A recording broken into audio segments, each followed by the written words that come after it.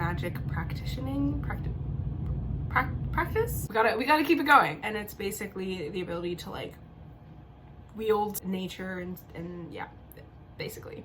To be honest, hello everyone, welcome back to another video. I'm very cognizant of the fact that I said I was gonna film a February wrap-up. That February has wrapped up and I have not. I feel like I kind of have to, I'm obliged to basically fulfill my promise. Kant would say that that is the moral thing to do. I suppose he's correct. This is gonna be a little chaotic. I have a feeling this is very unplanned. I have an assignment due tonight. I need to get back to working on that. Honestly, just chaos. That's what it feels like. This is my February wrap-up. Okay, let's get into it. But the first book that I read in, or I guess I should say I completed in February, was Rust in the Root by Justina Ireland. This is like an urban fantasy kind of vibe. It takes place in 1937 in an America divided. So what's new? But it was kind of cool. Like, it had a very intriguing, kind of different magic system. So we had the mystical arts, which were considered a lower form of magic practice. I don't know. And then we had mechomancy. No, yes. Is it mechomancy? Yes. And that is more of like a science technology kind of form of like art. It's not really magic in the same way mystical arts are. And yeah, most people who practice the mystical arts at this point in time are people of color. So it is frowned upon. And our main character, I think her name is Laura Ann. Again, we're just going on vibes here, so if it's not, whoops.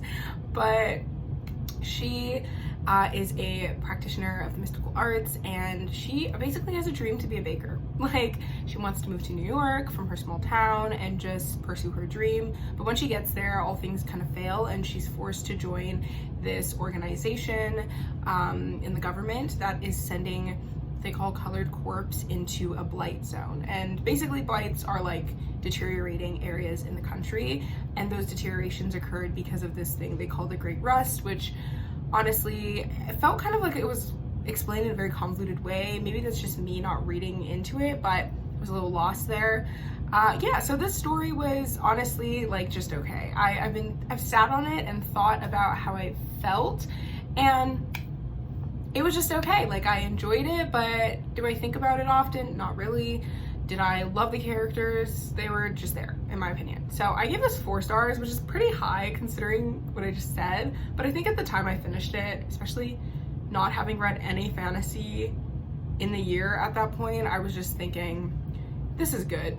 I would probably give it maybe like a 3.5 now, but like, it is what it is. Okay, so the next book I read was Before the Ever After by Jacqueline Woodson, and I loved this story. I thought it was moving, it was informative, and it basically follows our main character, ZJ. He's a pretty young kid, I think 13 or 14, and his father is a very charming, very popular football star, American football star.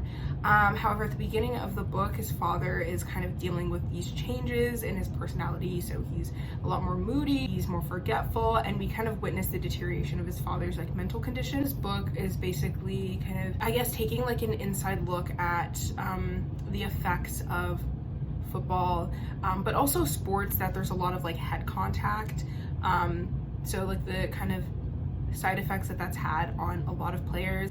Yeah, just basically the effects of sports with lots of head contact and like the kind of brain damage that that can cause. So it was really interesting, like reading about this in a narrative form and from the perspective of a child who's basically watching his father kind of change and he's not really sure what's going on. I just thought it was really moving. I gave it 5 stars. Jacqueline Woodson, I think, is an incredible author and never disappoints. The next book I read was Recitative by Toni Morrison. This is, I think, the only Toni Morrison I've read. I'm ashamed, but we will rectify this in the year to come, or this year, 2023. But I think this is like her only book on race, like race and race relations. It's a social experiment, which is really cool. I read the introduction by Zadie Smith before I read the story, and I wish I didn't, because Zadie Smith wrote a very, very comprehensive introduction that basically covered the entire book, and at that point I could have just not read the book. But it's a great introduction. I just think if you're gonna read it, read that afterwards. But it basically follows two characters. One is black, one is white, but you are not given you're not privy to who is what. So you basically just know about their life situations, and at 4 or 5 points in the book, these characters interact, like they meet. And it starts off when they're kids and they're both living at an orphanage, even though they both have moms. One's mom dances all night and the other's is sick. That's really the only detail you get about their parent situation. So they both end up at this orphanage for 4 months, and then after they're separated, and then you see them meet at different points in their life, how their socioeconomic statuses kind of change. The challenge is not to ascribe race to people whose race you do not know. If you think that one character is black because of this, this, and this, well, you have to ask yourself why.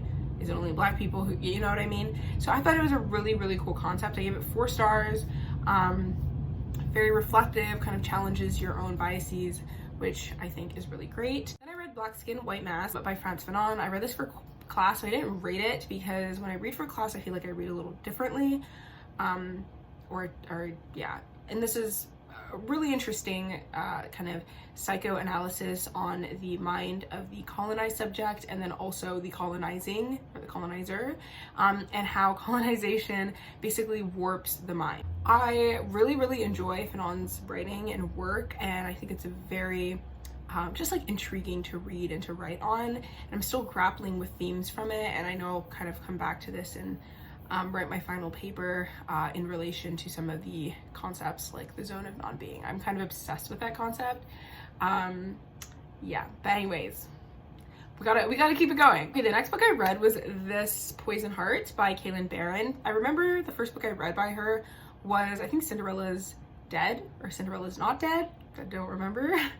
But I didn't love it. Like, I thought this the setting was beautiful and like the writing was pretty good, but the story for me fell short. This, however, I thought was exceptional. This is actually 2 books, so it's a duology. The other book is This Wicked Fate, so I guess I could talk about them together. But it basically follows Briseis, who was adopted. At the beginning of the book, her aunt, like her biological aunt, dies and like passes her an estate. So Briseis and her moms are like, okay, let's check this place out, and they kind of spend their summer in this place. Now, Briseis has been gifted with kind of a magic ability since she was a little girl, and it's basically the ability to like wield, I don't know what to call it, like it's kind of hard to describe, but she has a gift when it comes to plants and like growing stuff, and she's like the garden, the nature, and yeah, basically. She's been trying to like suppress this ability because living in New York, whenever you're walking and trees are like moving towards you, is like, you know, people are gonna be like, what's going on?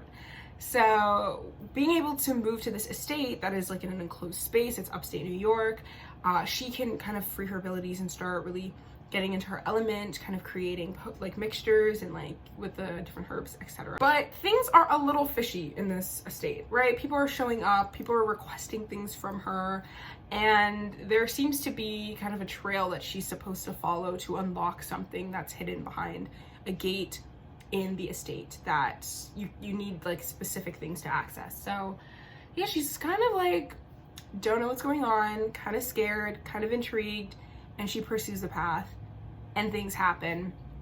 It gets messy, y'all. It really gets messy, but I really enjoyed it. I really enjoyed the kind of mythological aspect to it. I gave the first book 4 stars and the second book 4.5, so I definitely enjoyed that. The next book that I read was The Wooden Gong by Ntiang Akpan, and I honestly cannot really tell you what happened in the story. I was reading this in between other books. It was really short, so I would pick it up every so often, and I was just never fully following the plot, so that's kind of on me. But I do know that the kind of symbolism and motif of the gong was like very potent. That was something that I could remember. When I picked it up, I was like, okay, this gong is going off. But I honestly can't tell too much about the book. I know the setting is in like Akwa Ibom States, which is one of the states in Nigeria, and it's taking place, I think, around like the imposition of colonial rule is kind of there. So there's like the presence of colonial rule, but then there's also like the presence of this like kind of what we call a traditional kind of setting, but the structures are being kind of undermined. And yeah, I think the kind of ending of the story is definitely a bit of like a prophetic kind of word as to what colonialism, or not prophetic because we know what colonialism did, but it's kind of like a foreshadowing of kind of a certain downfall. I don't know, y'all. Like, I truly should not be analyzing something that I have so little conception of. Like, I don't really remember, but I gave it 3 stars, which means it was okay. It was just okay for me. So yeah, hopefully I'll read it again sometime. It was super short. Like, I definitely should have given it more attention, but I was scatterbrained. But the next book that I read was Blood Scion by Deborah Falaye, and this book has my heart, y'all. See, this is when I realized that Rust in the Root was not it was not living up to the expectations I set for fantasy books. So this is a high fantasy. It definitely has kind of a setting in Western Africa, Nigeria, around Yoruba land. That's definitely what, I mean, the book is drawing from Yoruba cosmology, so obviously. So basically, you're gonna see me reading part of this. I apologize if that annoys you, but our main character is Sloane. Her name is Sloane. She's 15 years old, and she has abilities because she's descended from one of the Orisha gods. And so she has the ability to kind of wield fire and incinerate any enemy that comes in her way. But she's technically not allowed to harbor these powers. She's considered an abomination, and those that are like her are usually executed. So her grandfather has helped her suppress these abilities up until this point. When she's drafted, she is put at high risk because whenever she's threatened, her magic naturally tries to defend her. And you're going to a training camp for child soldiers. Like, you're naturally just going to be in an environment where your life is constantly at risk, especially with the kind of trials that they put her through and other children. She's basically forced to fight for the Lucis army, which kind of colonized her and her people to a certain extent, and they're fighting a war against those who kind of like escaped. So she is Yoruba, she is a scion, and the Lucis army, which she's drafted into forcefully, is fighting against other scions. So she basically has to fight against herself. Like, yeah. So when she gets there though, because she has like kind of a double plan going on, she's like, great, now I can find out what happened to my mother, who disappeared years ago with my best friend's dad, and people think the worst, but she knows that, you know, like, I know my mom. I know things are not what they seem. So she wants to prove that the Lucis army had something. She wants to prove that the monarchy basically had something to do with her mother's disappearance and exonerate her family from kind of the shame that they're wearing, because everyone thinks that her mom ran off with her best friend's dad, right? So that's kind of like her plan at the back of her head, which is why she doesn't train and run when she's drafted. So she's, you know, kind of doing that while she's at this training camp, at the same time trying not to die, because literally every challenge they give them is like fight to the death. It's like, these are children. You draft so many kids only for so many of them to die in the process, so you can have like 12. Like, it doesn't even make sense. Obviously, like, you can't even justify stuff like this, but it's just ridiculous. I gave it 4.5 stars. Then I read Dele Weds Destiny, which completely different vibes. This is more of a like literary fiction, perhaps contemporary. It takes place between kind of, well, mostly in Nigeria, but it follows 3 friends. They've been friends since college, I think. Zainab, Fumi, and Enitan. And Enitan is coming from America with her daughter. And she has this whole backstory of how she even got to America in the first place and why her friends were pissed at her when they found out she was married. And then Zainab is, you know, living her luxurious life, but things are not always as they seem, and her relationship with her daughter, who's getting married, Destiny, is very tense. And then Zainab, who has just the greatest love for her husband and her boys, but yeah, things have been a bit difficult in her life. There's just so much in the story that I just like, I want to read it again, you know?